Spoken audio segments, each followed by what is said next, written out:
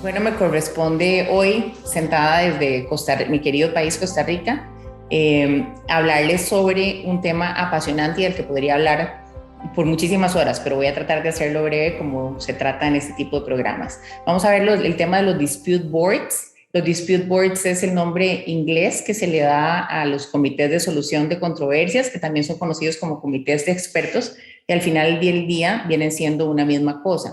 ¿Qué es un dispute board? Al que le podemos decir también un DAP. Bueno, es este comité de expertos que internacionalmente es reconocido como la forma moderna de prevenir y de resolver los problemas, particularmente en los contratos de construcción o ciertos contratos que son de largo plazo. Se trata por lo general de un comité que va a tener uno o va a tener tres expertos que se convierten en el órgano permanente de solución de controversias, pero vamos a ver que también podría no ser permanente, podría ser un órgano ad hoc, y ese órgano permanente típicamente debería establecerse desde el inicio de la ejecución del contrato, que es un contrato, como les dije, de mediano o de largo plazo. El caso común, como dije, es obra de construcción, y lo que va a hacer ese dispute board es ir caminando durante toda la obra de la mano con el constructor, con el ingeniero, con el dueño del proyecto, para que se vayan resolviendo los desacuerdos que surjan durante la ejecución del contrato. De modo que la finalidad es que sea la mínima cantidad de conflictos la que llegue a arbitraje, si es que eventualmente lo hay, o a una corte contenciosa. Démonos un poco de contexto histórico. El Dispute Board creemos que es nuevo, pero en realidad no es una figura nueva. Es una figura que se creó desde los años 70, precisamente con los proyectos de los túneles, como por ejemplo el del túnel Eisenhower. Y aquí en Centroamérica tenemos que el primer Dispute Board internacional fue precisamente para la construcción de la represa del Cajón de Honduras. El Dispute Board como figura está incorporado en el libro rojo de FIDIC, está en los contratos del Banco Mundial, lo tenemos desde el año 2004 y también modernizado en el año 2015 en las reglas de la ICC. El Charter Institute of Arbitrators de Londres también lo tiene regulado desde el año 2014. El Colegio Federado de Ingenieros y Arquitectos lo tiene regulado desde el año 2015.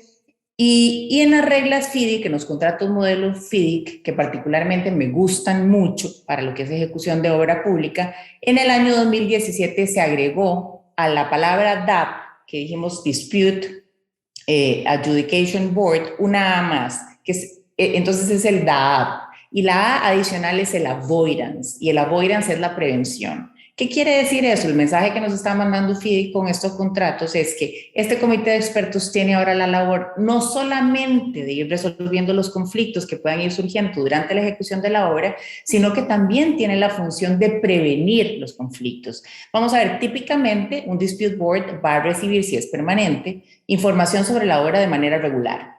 Va a recibir los mismos informes que los ingenieros, va a tener acceso al BIM y puede empezar a ver, a oler instintivamente, a sentir cuándo va a surgir un conflicto en la obra, y entonces empezar a hacer ciertas preguntas que incluso pueden ser previas a que las partes le traigan al dispute board la solución del conflicto, ¿verdad? O la presentación de un conflicto como tal.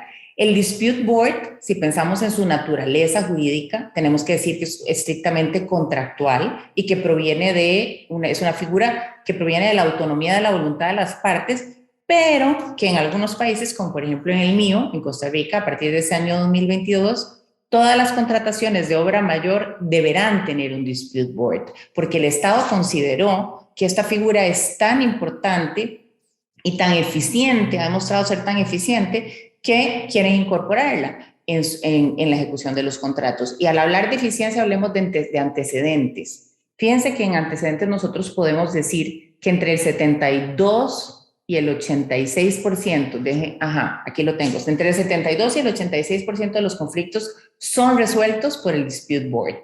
El espíritu de este comité de expertos es resolver, no suspender, y que sea lo mínimo de conflicto lo que al final pueda ir al proceso contencioso o al arbitraje.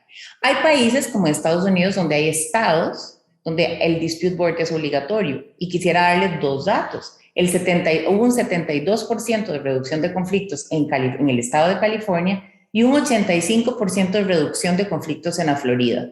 Y también de un estudio que hice recientemente para una presentación que hice en Uruguay, vimos que históricamente las decisiones sobre controversias que hacen el Dispute Board tienen una tasa de reversión muy baja, que es casi que cercana al cero. Esto también lo ha dicho Fernando Marcondes en varias conferencias y me gusta citarlo y darle el crédito.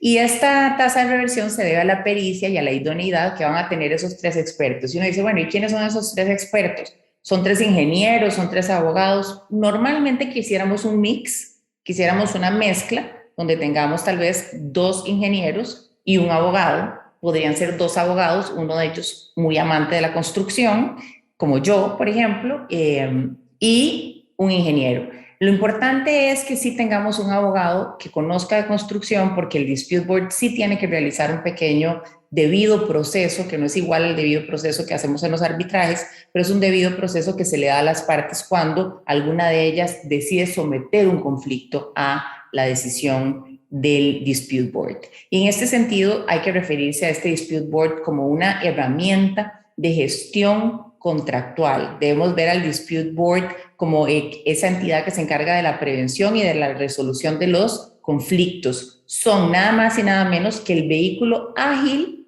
para evitar los conflictos, para dar una justicia rápida, que como les dije, cumple con un debido proceso, pero que no es el debido proceso como el que aplicamos en un arbitraje, y que tienen una importancia vital, y por eso se han convertido en una herramienta importante en estos tiempos. Y es que hay muchos factores durante el proceso de construcción que pueden afectar el avance de la obra. Y el deseo de todos, y particularmente casi que la misión del Dispute Board, es que el proyecto se termine en precio, en plazo y en calidad. Y por esa razón es que entonces las decisiones del DAP, cuando el DAP se establece como un DAP obligatorio, siempre deben ser ejecutadas. Es decir, si una parte del DAP toma una orden y dice que debe ejecutar el constructor, por ejemplo, el contratista, una orden de cambio, o el contratante debe hacer un pago en particular, la orden debe hacerse, debe ejecutarse y el proyecto debe fluir.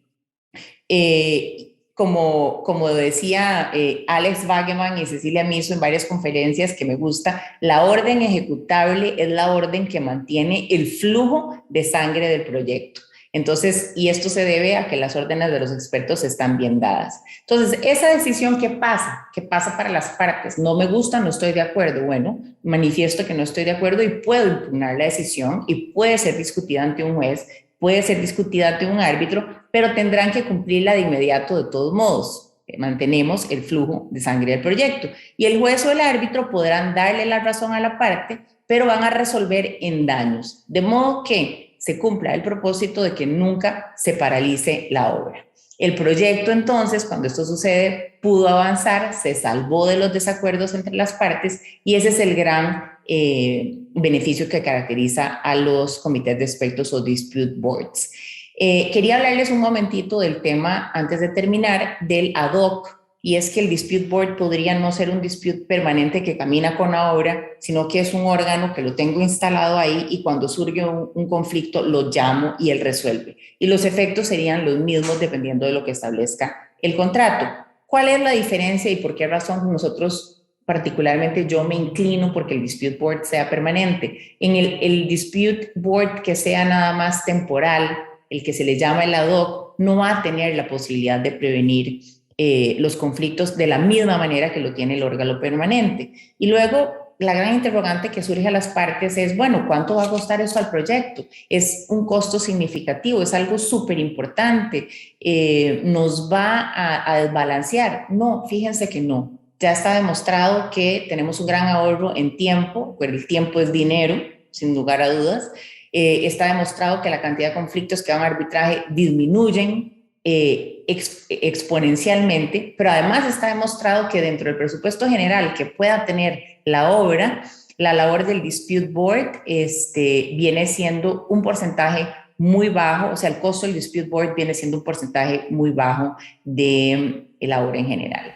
Bueno, y con esto espero haberles podido dar una breve caminata sobre la existencia de los Dispute Boards. Queda mucho más por hacer, los invito a capacitarse y le doy las gracias a Arbitrate Talk que me invitó a estar aquí con ustedes. Ha sido un verdadero placer y espero que este video les sea de mucha utilidad. Gracias.